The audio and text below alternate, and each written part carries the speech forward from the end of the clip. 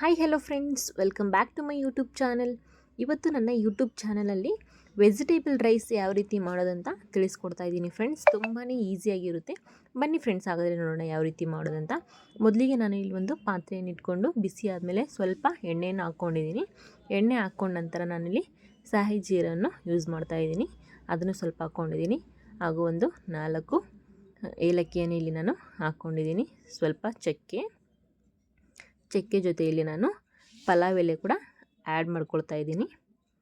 ನಂತರ ಸ್ವಲ್ಪ ಲವಂಗ ಇದೆಲ್ಲನೂ ಹಾಕ್ಕೊಂಬಿಟ್ಟು ಸ್ವಲ್ಪ ಚೆನ್ನಾಗಿ ಎಣ್ಣೆಯಲ್ಲಿ ಫ್ರೈ ಮಾಡ್ಕೋಬೇಕು ನೀಟಾಗಿ. ಇದೆಲ್ಲನೂ ಲೋ ಫ್ಲೇಮಲ್ಲೇ ನೀವು ಸ್ವಲ್ಪ ಫ್ರೈ ಮಾಡ್ಕೊಳ್ಳಿ. ನಂತರ ನಾನಿಲ್ಲಿ ಸ್ವಲ್ಪ ಕಸ್ತೂರಿ ಮೇಥಿಯನ್ನು ಯೂಸ್ ಮಾಡ್ತಾಯಿದ್ದೀನಿ. ಹಾಗೆ ನಾನು 2 ಮೀಡಿಯಮ್ ಸೈಜ್ ಈರುಳ್ಳಿಯನ್ನು ಇಲ್ಲಿ ನಾನು ಉದ್ದುದ್ದಾಗಿ ಕಟ್ ಮಾಡಿ ಇಟ್ಕೊಂಡಿದ್ದೆ, ಅದನ್ನು ಆ್ಯಡ್ ಮಾಡ್ಕೊತಾ ಇದ್ದೀನಿ.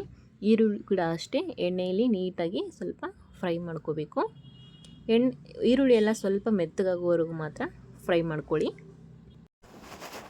ನಂತರ ನಾನು ಇಲ್ಲಿ ಒಂದು 6 ರಿಂದ 7 ಹಸಿಮೆಣಸಿನಕಾಯಿಯನ್ನು ಉದ್ದುದ್ದಾಗಿ ಕಟ್ ಮಾಡಿ ಇಟ್ಕೊಂಡಿದ್ದೆ, ಅದು ಕೂಡ ಇಲ್ಲಿ ನಾನು ಸೇರಿಸ್ಕೊಳ್ತಾ ಇದ್ದೀನಿ.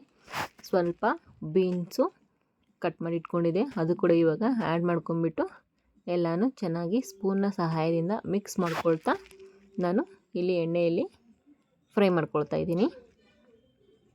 ಎಲ್ಲನೂ ನೀಟಾಗಿ ಎಣ್ಣೆಯಲ್ಲಿ ಒಂದಕ್ಕೊಂದು ಹೊಂದ್ಕೊಳ್ಳುವಂತೆ ಮಿಕ್ಸ್ ಮಾಡ್ಕೊಳ್ತಾ ಕಡಿಮೆ ಉರಿಯಲ್ಲಿ ನೀವು ಫ್ರೈ ಮಾಡ್ಕೋಬೇಕು.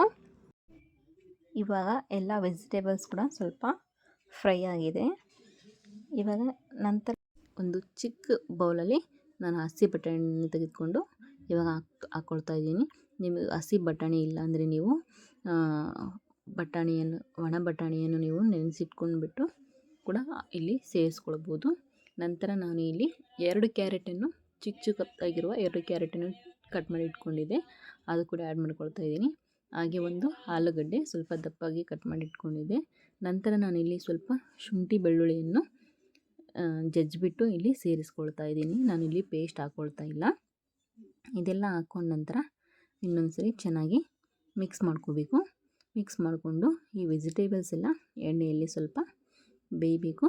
ಅಲ್ಲಿ ಬೇಯೋವರೆಗೂ ನಾವು ಸ್ವಲ್ಪ ಇದನ್ನು ಹಾಗೆ ಬಿಟ್ಬಿಡೋಣ.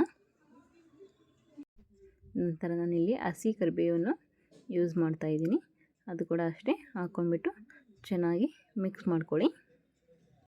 ಮಿಕ್ಸ್ ಮಾಡ್ಕೊಂಡ ನಂತರ ಸ್ವಲ್ಪ ಇದನ್ನು ಲಿಡ್ ಕ್ಲೋಸ್ ಮಾಡಿಬಿಟ್ಟು ಬೇಯಿಸ್ಕೊಳ್ಳೋದಕ್ಕೆ ಬಿಟ್ಬಿಡಿ. ಚೆನ್ನಾಗಿ ಮಿಕ್ಸ್ ಮಾಡಿಕೊಂಡು ಸ್ವಲ್ಪ ಒಂದು 2-3 ನಿಮಿಷ ಕಾಲ ಬೇಯೋದಕ್ಕೆ ಬಿಟ್ಬಿಡಿ.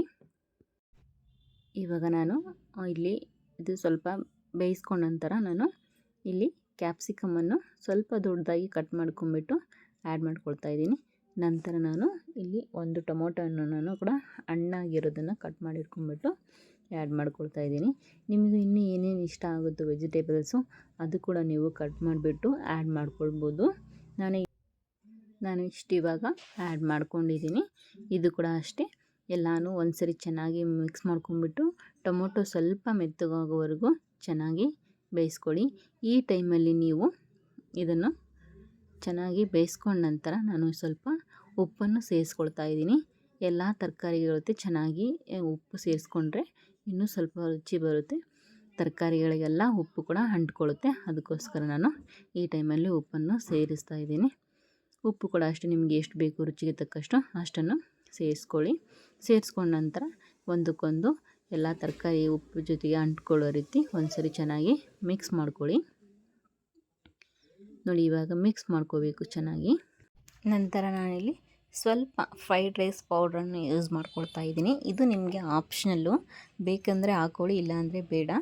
ಫ್ರೈಡ್ ರೈಸ್ ಪೌಡ್ರ್ ಹಾಕ್ಕೊಳ್ಳೋದ್ರಿಂದ ನಮಗೊಂಥರ ಟೇಸ್ಟ್ ಕೊಡೋದು. ಇದು ಫ್ರೈಡ್ ರೈಸ್ ಥರನೇ ಟೇಸ್ಟ್ ಏನು ಕೊಡಲ್ಲ, ಇದು ವೆಜಿಟೇಬಲ್ ರೈಸ್ ಥರನೇ ಒಂಥರ ಡಿಫ್ರೆಂಟ್ ಆಗಿಬಿಟ್ಟು ಟೇಸ್ಟ್ ಕೊಡುತ್ತೆ. ಅದಕ್ಕೋಸ್ಕರ ನಾನು ಸೇರಿಸ್ಕೊಳ್ತಾ ಇದ್ದೀನಿ.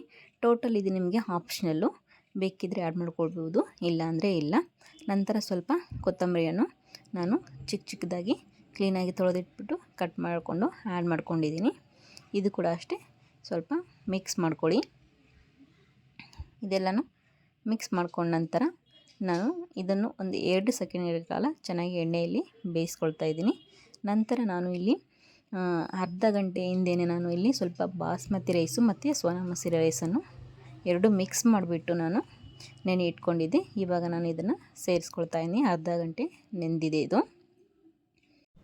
ನೆನೆಸಿಟ್ಕೊಂಡಿರುವ ಅಕ್ಕಿಯನ್ನು ಹಾಕೊಂಡ ನಂತರ ಎಲ್ಲ ತರಕಾರಿ ಜೊತೆ ಇದ್ದ ಅಕ್ಕಿಯನ್ನು ಸರಿ ಚೆನ್ನಾಗಿ ಮಿಕ್ಸ್ ಮಾಡ್ಕೊಳ್ಳಿ. ನೋಡಿ, ಈ ರೀತಿಯಾಗಿ ಚೆನ್ನಾಗಿ ಮಿಕ್ಸ್ ಮಾಡ್ಕೊಂಡ್ಬಿಟ್ಟು ನಾವು ಇಲ್ಲಿ 1 ರಿಂದ 2 ನಿಮಿಷದವರೆಗೂ ಚೆನ್ನಾಗಿ ಮಿಕ್ಸ್ ಮಾಡ್ಕೊಂಡ್ಬಿಟ್ಟು ಸ್ವಲ್ಪ ಬೇಯೋದಕ್ಕೆ ಬಿಟ್ಬಿಡಿ ಅಕ್ಕಿ ಜೊತೆನೇ. ಈ ರೀತಿಯಾಗಿ ಮಾಡ್ಕೊಳ್ಳೋದ್ರಿಂದ ತರಕಾರಿಗಳಲ್ಲಿರುವ ಟೇಸ್ಟ್ ಎಲ್ಲ ಅಕ್ಕಿ ಜೊತೆ ಸೇರಿಸ್ಕೊಳ್ಳುತ್ತೆ. ಆಗ ವೆಜಿಟೇಬಲ್ ರೈಸು ತುಂಬ ಚೆನ್ನಾಗಿ ಬರುತ್ತೆ. ಅದಕ್ಕೋಸ್ಕರ ನಾವಿಲ್ಲಿ ಅಕ್ಕಿಯನ್ನು 1 ರಿಂದ 2 ನಿಮಿಷದವರೆಗೂ ಬೇಯಿಸ್ಕೊಳ್ಬೇಕು. ಇವಾಗ ಬೇಯಿಸ್ಕೊಂಡ ನಂತರ ನಾನು ಈ ಸಮಯದಲ್ಲಿ ನೀರನ್ನು ಸೇರಿಸ್ಕೊಳ್ತಾ ಇದ್ದೀನಿ. ನಾನು ಈ ಗ್ಲಾಸ್ ಮೆಜರ್ಮೆಂಟಲ್ಲಿ ಅಕ್ಕಿಯನ್ನು ತೆಗೆದುಕೊಂಡಿದ್ದೆ, ಅದಕ್ಕೋಸ್ಕರ ನಾನು ಅದೇ ಗ್ಲಾಸ್ನಲ್ಲಿ ನೀರನ್ನು ತೆಗೆದುಕೊಂಡಿದ್ದೀನಿ.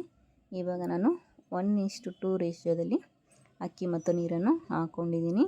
ಇವಾಗ ಒಂದು ಸರಿ ನೀರು ಹಾಕ್ಕೊಂಡ ನಂತರ ಉಪ್ಪು ಕರೆಕ್ಟ್ ಇದೆಯಾ ಇಲ್ಲ ಒಂದು ಸರಿ ಚೆಕ್ ಮಾಡ್ಕೊಂಡ್ಬಿಟ್ಟು ಲಿಡ್ ಕ್ಲೋಸ್ ಮಾಡಿಬಿಟ್ಟು ನೀವು ಇದನ್ನು ಬೇಯೋದಕ್ಕೆ ಬಿಟ್ಬಿಡಿ. ನೋಡಿ, ಈ ರೀತಿಯಾಗಿ ಕುದೀತಾ ಇದೆ, ಅನ್ನ ಚೆನ್ನಾಗಿ ಕುದೀತಾ ಇದೆ. ಸೆಂಟ್ರಲ್ಲಿ ನೀವು ಒಂದು ಸರಿ ಲಿಡ್ಡನ್ನು ಓಪನ್ ಮಾಡಿಬಿಟ್ಟು ಇನ್ನೊಂದು ಸರಿ ಚಮಚದಿಂದ ಚೆನ್ನಾಗಿ ಮಿಕ್ಸ್ ಮಾಡ್ಕೊಳ್ಳಿ. ನೀವು ತುಂಬ ಬೇಯಿಸ್ಕೊಳ್ಳೋದು ಬೇಡ. ಇದು ಆಲ್ರೆಡಿ ಅಕ್ಕಿ ನೆಂದಿದೆ, ಬೇಗ ಬೆಂದೋಗ್ಬಿಡುತ್ತೆ.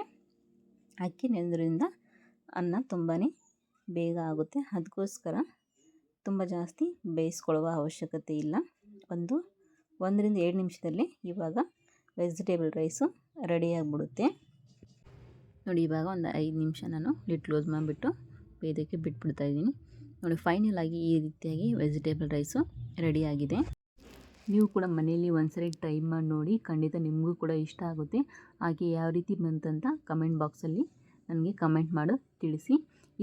ಹಾಗೆ ನಾನು ಕೊನೆಯದಾಗಿ ಸ್ವಲ್ಪ ಕ್ಯಾಬೇಜನ್ನಲ್ಲಿ ಕಟ್ ಮಾಡ್ಕೊಂಡ್ಬಿಟ್ಟು ಗಾರ್ನಿಷ್ ಮಾಡ್ಕೊಳ್ತಾ ಇದ್ದೀನಿ. ಇದು ಕೂಡ ನಿಮಗೆ ಆಪ್ಷನಲ್ಲು. ನಂತರ ಈ ರೆಸಿಪಿ ನಿಮಗೆ ಇಷ್ಟವಾದರೆ ದಯವಿಟ್ಟು ನನ್ನ ಚಾನಲ್ಗೆ ಸಬ್ಸ್ಕ್ರೈಬ್ ಮಾಡ್ಕೊಳ್ಳಿ. ಹಾಗೂ ಪಕ್ಕದಲ್ಲಿರೋ ಬೆಲ್ಲೈಕನನ್ನು ಪ್ರೆಸ್ ಮಾಡೋದ್ರಿಂದ ನಾನು ಹಾಕುವ ಎಲ್ಲ ವಿಡಿಯೋಗಳ ನೋಟಿಫಿಕೇಷನ್ ಮೊದಲು ನಿಮಗೆ ಬಂದು ತಲುಪುತ್ತೆ. ಹಾಗೂ ಈ ವಿಡಿಯೋನ ನಿಮ್ಮ ಫ್ರೆಂಡ್ಸ್ ಮತ್ತು ಫ್ಯಾಮಿಲಿಯೊಂದಿಗೆ ಶೇರ್ ಮಾಡ್ಕೊಳ್ಳಿ. ಮತ್ತೊಂದು ಇಂಟ್ರೆಸ್ಟಿಂಗ್ ರೆಸಿಪಿಯೊಂದಿಗೆ ಮುಂದಿನ ವಿಡಿಯೋದೊಂದಿಗೆ ಸಿಗ್ತೀನಿ ಫ್ರೆಂಡ್ಸ್. ಅಲ್ಲಿವರೆಗೂ take care, bye bye, keep watching my YouTube channel.